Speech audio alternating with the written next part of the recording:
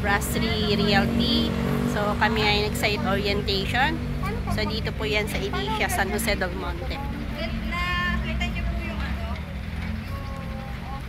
So kami po ay nag-site orientation ng aking company na si Brasserie Marketing.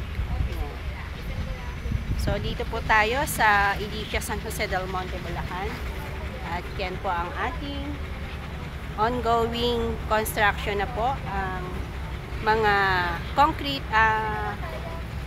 drainage at concrete road at fence. So yan ang ating update dito sa Edicia. So yan, napakalapit sa road lang ng Santa Maria, San Jose del Monte. So yun guys, ang aming mga kasamahan. Interested clients, please PM lang po sa aking FB account at Glance Property. Okay. For more information and details, computation, please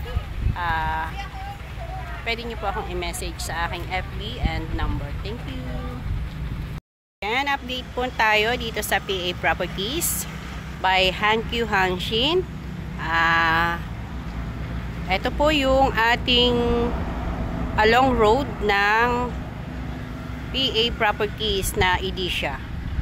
So dito, itong left side natin papunta ng Bukawi, and then ito right side natin is papunta ng Norsagaray and Quirino Highway to Fairview, Quezon City. So dito po ang entrance natin.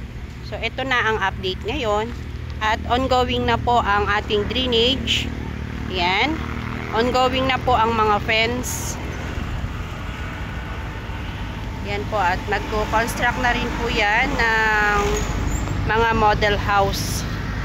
So, dito po yan sa San Jose del Monte, Bulacan, ng Barangay Dulong Bayan. At katabi po natin ang Moldex or Metro Gate, San Jose.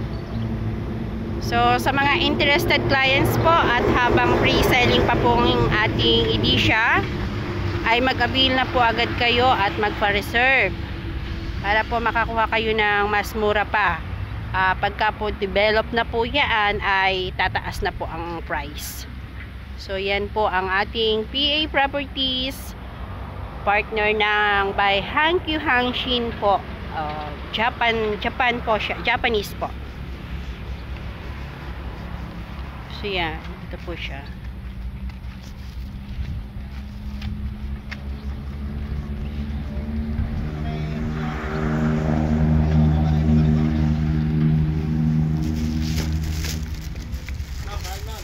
Sige po. Thank you po kuya. Hindi po kuya, hintayin ko po yung service namin ng magsa-sightseeing kasi sila yung aming Hindi po, may po yung sightseeing po namin ng aming realty. Kayo pa magpamani ngayon? Hindi po. Ano lang, tripping gano'n? Opo. Viewing? Viewing po ng aming realty. Viewing lang. Site orientation. Sige po.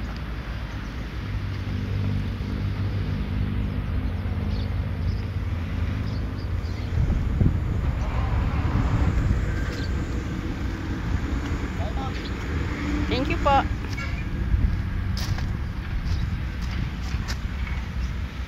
So yan na po ang update ng ating developer dito sa Edicia, San Jose. Ito po ay Bulacan Properties po, property. Yan.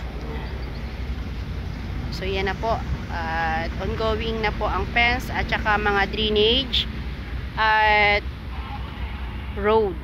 Yan. So, mabilis lang po yan. After 2 years po ay meron na mga nakatayong bahay dyan.